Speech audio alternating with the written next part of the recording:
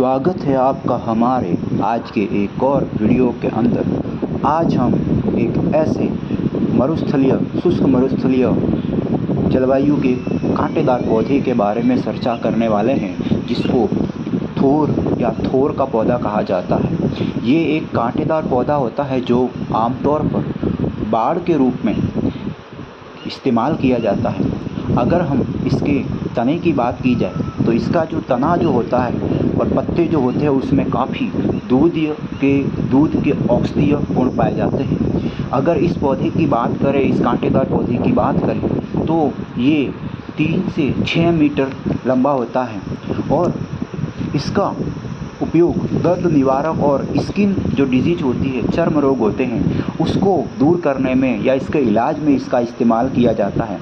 इसके अलावा इसका इस्तेमाल बवासीर, इसके अलावा कब्ज जैसी जो समस्याओं के लिए भी इसका इस्तेमाल किया जाता है।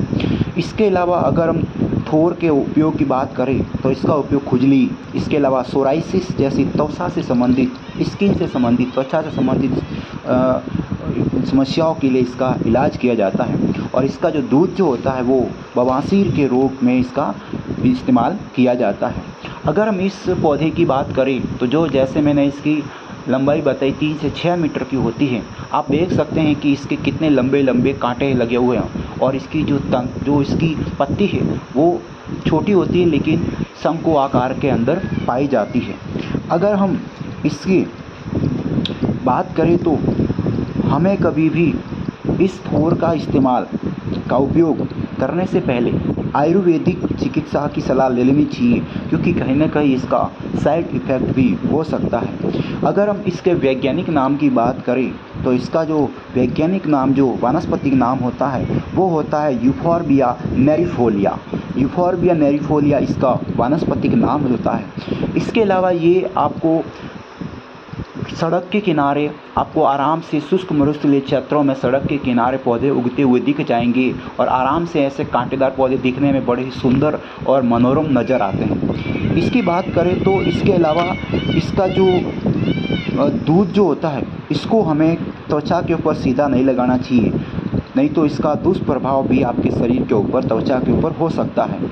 ये हमने आपके थोर के जो महत्वपूर्ण इस्तेमाल, इसके उपयोग हैं, उसके बारे में हमने इसका उपयोग आपको बताया है। इसके अलावा संस्कृत के अंदर इसको कई अन्य नामों से जाना जाता है, जिसको कंथारी, बहुसाला, नागफना या शाखा कंटा भी कहा जाता है।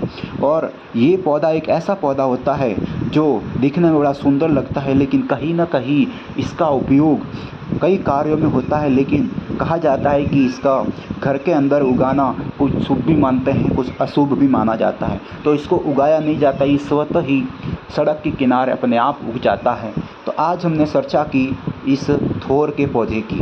धन्यवाद।